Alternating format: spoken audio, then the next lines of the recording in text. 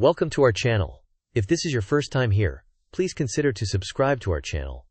We have a goal of getting 100,000 subscribers this year. In this week's video, Rabbi Kolakowski, known as the Koblenzer Rebbe, is sharing another teaching from the Noam Elimelech, authored by the saintly Hasidic master from Poland, the Rebbe Elimelech of Lizhensk, as we do every Wednesday on this channel, by God's grace. In this video, Rabbi Kolakowski shares 3 teachings from the Rebbe Elimelech on the Torah reading Mishpatim, which covers Exodus chapters 21 through 24. The Rebbe Elimelech covers such interesting topics as reincarnation and the importance of spiritual maturity before attempting to reach lofty heights in granting blessings. Let's watch.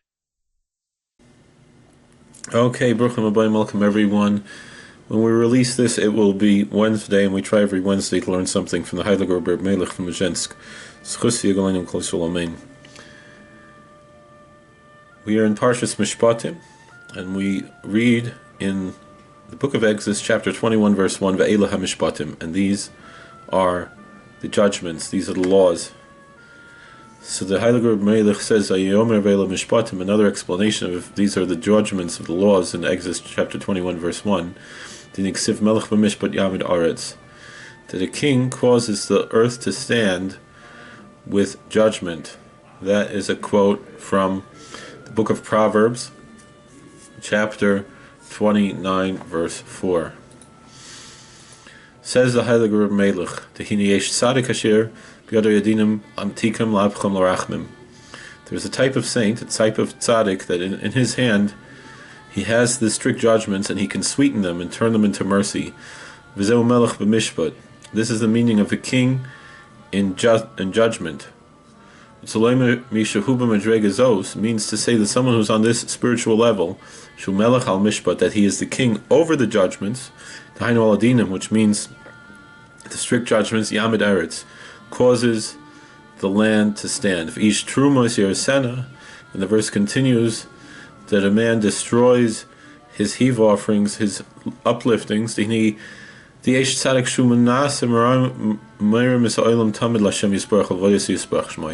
there's another type of saint who's constantly lifting up and elevating the world constantly up to the blessed Lord and to his worship. May his name be blessed.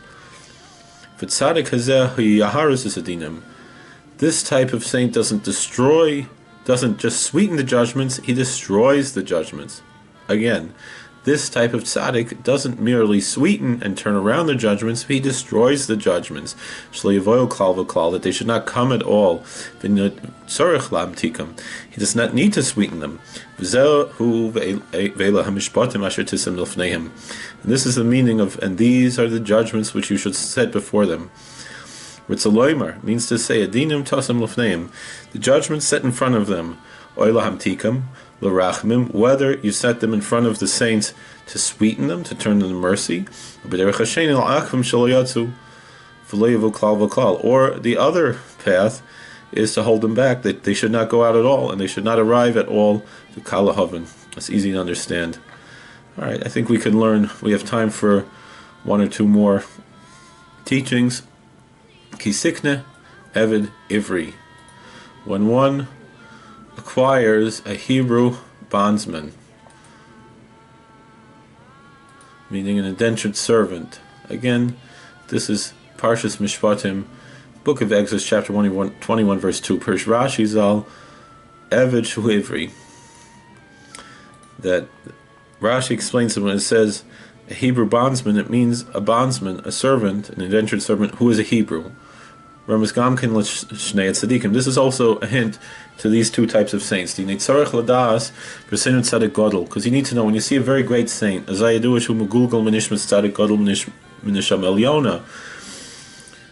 have to know that he, in a previous reincarnation, that he is a transmigration from the soul of a great saint who lived, a great tzaddik who lived before, from a very high level of a soul.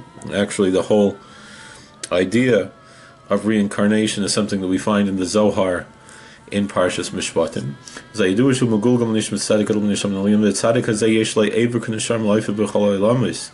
This type of tzaddik, this type of saint, has wings like eagles. They can fly in all the worlds.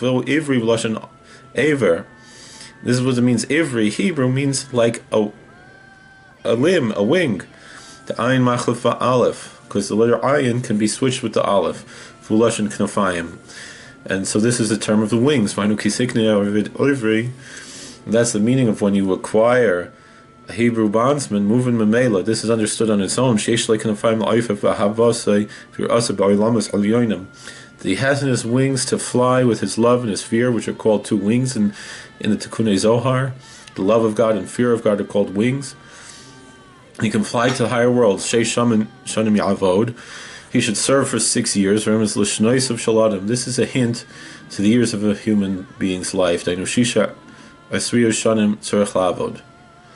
person needs to serve God for 6 decades. And in the 7th, he goes out free. When the person is 70 years old, he's retired already, he doesn't need to work so hard. When a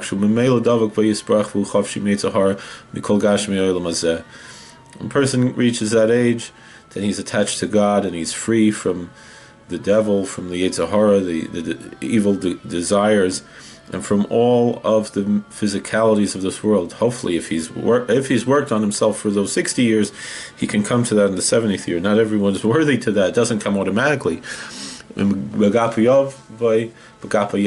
if he arrives by himself, then he leaves by himself. Meaning, the simple meaning is that an indentured servant, if he's married, he may be given a Canaanite slave girl to father children. But if he's single, he cannot. But that's the simple meaning of it. But what is the deeper meaning here? That if he has wings, that he's reincarnated from the soul of a saint, that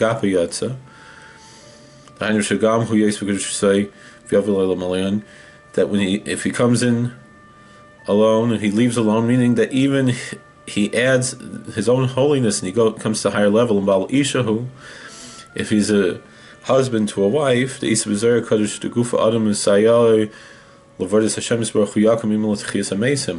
Holy Zohar teaches that since the human body helped one worship the blessed Lord, it will rise together with him, with the soul, in the resurrection of the dead. Because sometimes it happens that one soul has many bodies. This is a big question people have. How do we reconcile reincarnation with resurrection? Shabo begilgal kam upon him. If the same soul came back in many reincarnations, so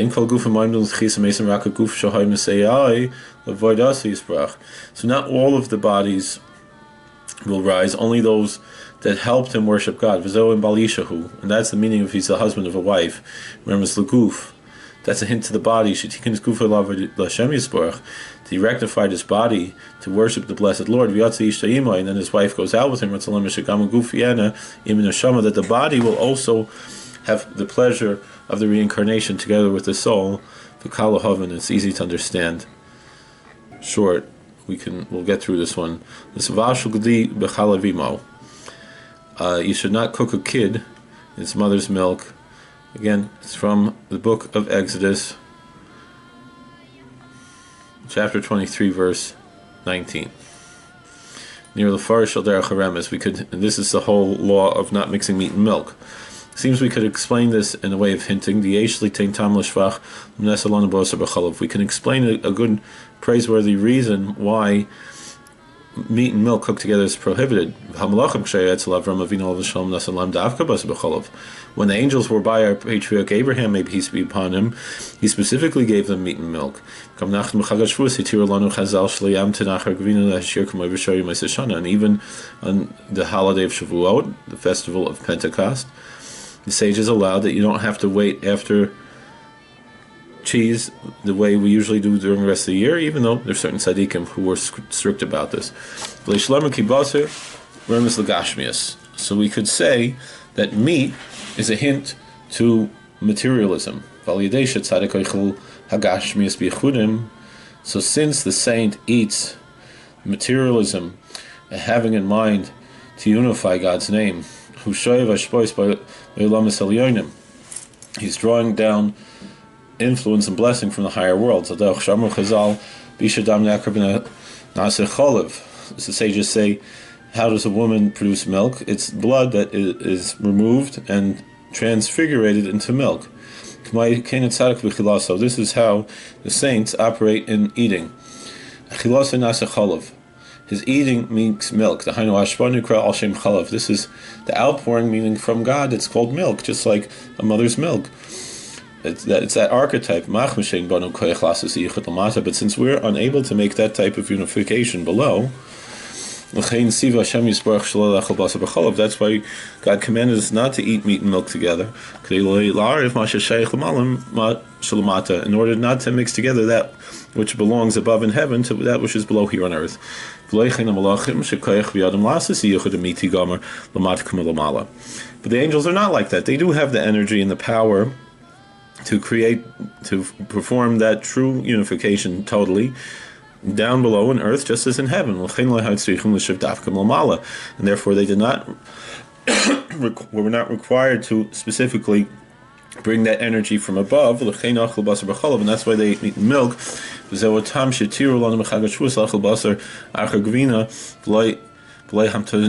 that's why on the holiday of Pentecost and Shavuos we're allowed to eat meat after the cheese without waiting as long as we usually wait, although many people do. Satmarav certainly did Machmish Ozhu Shas Matan Torah Kadosha, because that's the time of giving the Holy Torah of Anumarim Atzmenu, and we're showing ourselves that we are similar to the angels in the time of the giving of the Torah through the Torah. But in order to accomplish, to bring down these energies, you need a perfect saint that's totally and perfectly righteous, that through his eating with unifications he accomplishes tremendous outpourings of blessings through his unifications.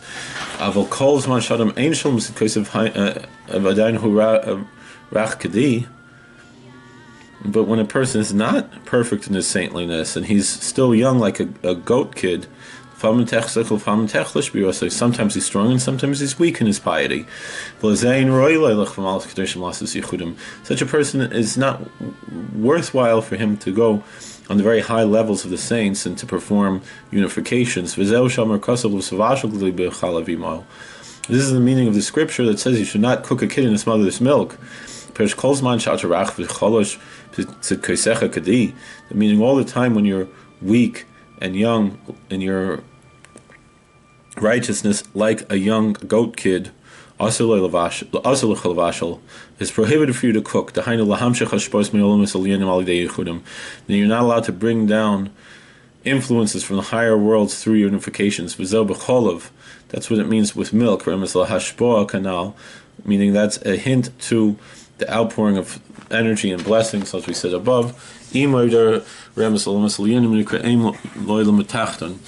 mother is a hint to the higher worlds, which are called the mother, to the lower world. This is what the sages taught, that the Torah only prohibits meat and milk in the way of cooking. This hints to this idea in archetype that a food that is not totally cooked is not edible yet until you cook it as much as it's needed in order that it should be ready to eat. So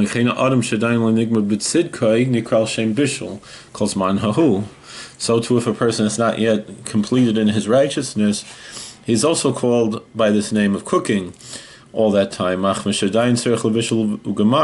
meaning all that time he needs to be cooked and finished. Or in the some places they say to put the boys in the freezer, but something else. And when the sages say a path, a road, it's all the time the person is on that level of cooking. As for Torah, the Torah prohibited, they cannot be engaging in such unifications. It's interesting because the Baal Shem Tov said everyone has to do that, which means everyone has to be righteous. You can't just start making yichudim if you're not ready for it. You got to earn that level, but everyone has to earn that level and get up there. This is what's hinted to in the scripture. I believe it's Psalm 104, that he made the moon for the seasons and the sun to know his ways. Oisis Yereachu, Oisis Reach. That the letters of the word Yereach, which is a word for the moon, there's many different words for moon, Levana, Yereach, different ones. Yereach is the same letters as Reach, means an aroma, a smell. The Hainu Shem Yisparach Baruch Hu Bara Beis Bechinas Tzadikim. Again, the same idea that the blessed Lord may be blessed, may two archetypes of saints. Yesh Tzadik Shnois and Reach L'Moyadim.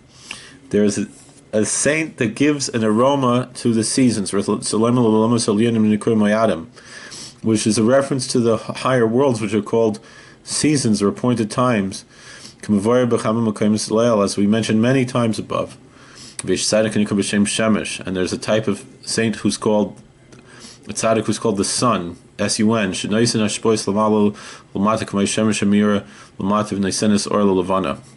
like the sun that shines from above to below, just like the sun shines and also gives light to the moon. Tzaddik hazeh yada mavoye.